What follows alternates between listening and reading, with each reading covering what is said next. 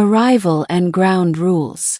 I never planned to share a 2-bedroom lunar dorm with a being from Alpha Lyrae, but the Interstellar Institute's housing algorithm prized cross-species potential over personal comfort. 3 months into my doctorate on Luna 3, I dragged my duffel through the airlock and met Prey Vel. Above the waist, Prey looked almost human. Below, they resembled a silver anemone. Bioluminescent filaments ringed their neck, blinking mood colors. They tapped a chest crest. May our vibrations harmonize. I waved back. That night we assembled bunks and drafted a treaty. Label food, no synth opera after 2 o'clock, and absolute respect for each other's private biological processes. Ignorance felt safe. Part 2. A semester of almost normal. For 8 steady weeks life stayed ordinary. I brewed coffee and annotated xenolinguistics papers. Prey rehydrated algae slurry and built holograms for their astrophysics thesis. Everything stayed harmless until the Institute's recommender algorithm, noticing Prey's linguistic downloads and my guilty romance habit, suggested an audiobook called Moonlit Rendezvous on Europa Station. I returned from class to hear a narrator sigh about twin hearts orbiting in cadence. Prey's filaments glowed rose gold. They paused the playback. Jaw-cramp jewels, their nickname for my vowel-heavy accent. Why conceal this fluid exchange protocol? Part 3. The Proposal. Next morning a document hovered on the projector. Interspecies Intimacy. A Field Study, author Prey Vel. Objective. Observe and, where possible, participate in human courting. Budget request, 200 credits. I sputtered coffee. Prey insisted I serve as ethics advisor. I lectured on privacy and feelings. They nodded, then registered for campus speed dating under Vel Smith. Part 4. Docking Bay Disaster.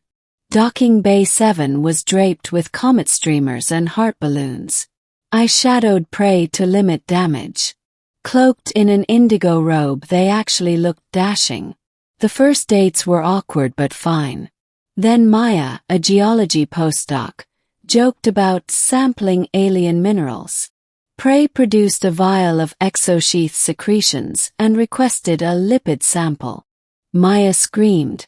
Security drones swarmed. #alien creep trended by midnight. Back home Prey folded into the Lyrian posture of shame. Curiosity exceeded caution, they whispered. I handed them cocoa. Humans wreck dates all the time, I said. Just skip the bio-sampling. Part 5. The Bet. Rumors, finals, and a drier schedule dispute frayed nerves. During the quarrel, Prey accused me of hoarding intimacy data. I retorted that love isn't a lab protocol. To break the tension, I proposed a bet. Each of us would stage the ideal date of our own culture. Loser cleaned the lint trap all semester. Prey agreed instantly. Part 6. My human date. Battery candles flickered. Pasta simmered. 72 BPM jazz drifted through the air. I narrated every symbol. Warm light dilates pupils. Carbs spark serotonin. Cooperative cooking builds trust. Prey observed like a field biologist finding dessert. Chocolate fondue, especially fascinating. You administer cardiac stimulants as affection? They asked, wide-eyed. They awarded the evening 7.3 intimacy quanta and noted soot particle size as a variable. Called that victory.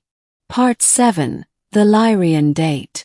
3 nights later Prey blindfolded me and led me into a zero-G observation dome filled with drifting phosphorescent dust. Binary star holograms orbited overhead while subharmonic chords vibrated the air. Prey offered a clear sphere where quasiparticles chased chaotic paths. A vacuum garden, they said. We nurture unstable beauties until they collapse together. Symbol of trust. We drifted, adjusting each other's spin vectors. Lyrian hand-holding. When the particles finally collided in a brief flash, the following silence felt like standing at the center of the universe. I understood. Intimacy was letting someone witness the moment you might implode. Part 8. Crossroads. On the tram home we sat wordless, boundaries blurred, but finals and visa clocks ticked. Then the Institute invited us to present our collaboration at the Xenology Ethics Symposium. Part 9. Resonance on stage. During rehearsal, Prey proposed syncing their crest resonance to my heartbeat. Live on stage, monitors amplified my pulse while Prey's chord slid into perfect synchrony. An almost liquid warmth rolled through the auditorium. A few spectators wept. The director panicked, citing uncontrolled emotional entrainment. Security cut power, alarms blared. We were quarantined. Part 10. Conversation through glass. Sealed in adjacent sanitation pods, we spoke through nanoglass. Intimacy can't be reduced, Prey said, pressing their palm to mine. But it can be chosen. Then let's choose, I answered. Carefully. Part 11. Terms and conditions. Probation brought counseling and paperwork. We wrote rules. Consent is iterative. Translate layered meanings. Celebrate both Earth and Lyrian holidays. Drier schedule stays fair. We signed, binge-watched ancient lunar sitcoms, sharing marshmallows, me, and ultraviolet mist, Prey. The vacuum garden orb glowed softly on the table. Part 12. Epilogue in 2 voices. Jules, Earth 2237. Graduation arrived. I took a Europa orbital post. Prey won a systems survey grant. Packing crates, eyed the vacuum garden. Particles circling toward collision. Long distance will be hard, I said. Prey brushed my knuckles. Resonance endures across medium.